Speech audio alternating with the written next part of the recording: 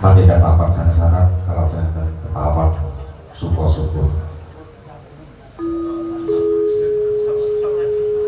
Aja godhog lan rencana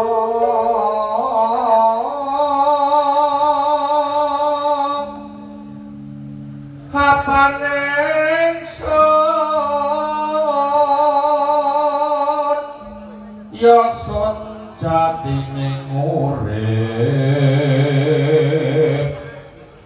dumadiku saka heneng-henenging cipta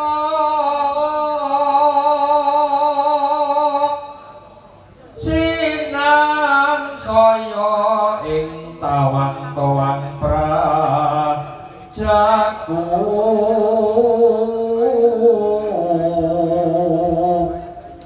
sinebut pura kencana bebeteng rajem wasi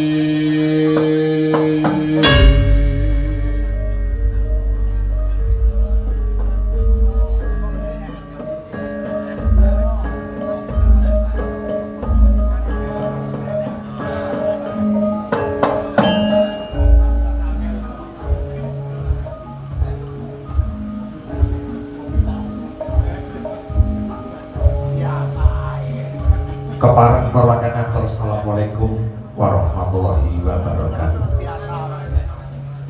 Arum kuncaraning bangsa dumunung ana luhuring budaya nuwun kawula nuwun amin pasang kalimat tapi ilo dina sinapetong ilo duni tidak bening tolak sari depaing tawang-tawang mugi lerepakto saking sigudraning Gusti Kang Purbing dumadi para pini sepuh sesepuh aji sepuh ingkang hanggeng mastuti dumateng pepoyaning kautaman ingkang kinurmatan para pangemban praja warna karya lambet praja ingkang satu mahapun berbudidar para pangsa agung ingkang satu kinurmatan para tamu kang putri cendehan mandhapipun dumateng para kadang iman mugi-mugi wonten ing dukuh delok RT kalih iris tunggal botok kerja Karanganyar ingkang kula tresnani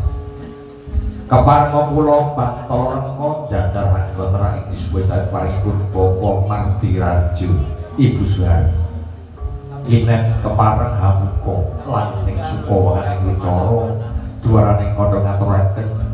pratelaning kes ing kalangan dalu menika saderengipun sumangga sasaran kula dereng tansah panuwun puja asta pujastuti wonten asanipun Gusti Kang Purbing dumadi mugi saganti purwa madya tansah panggih rahayu wilujeng kastubiton ing sabikala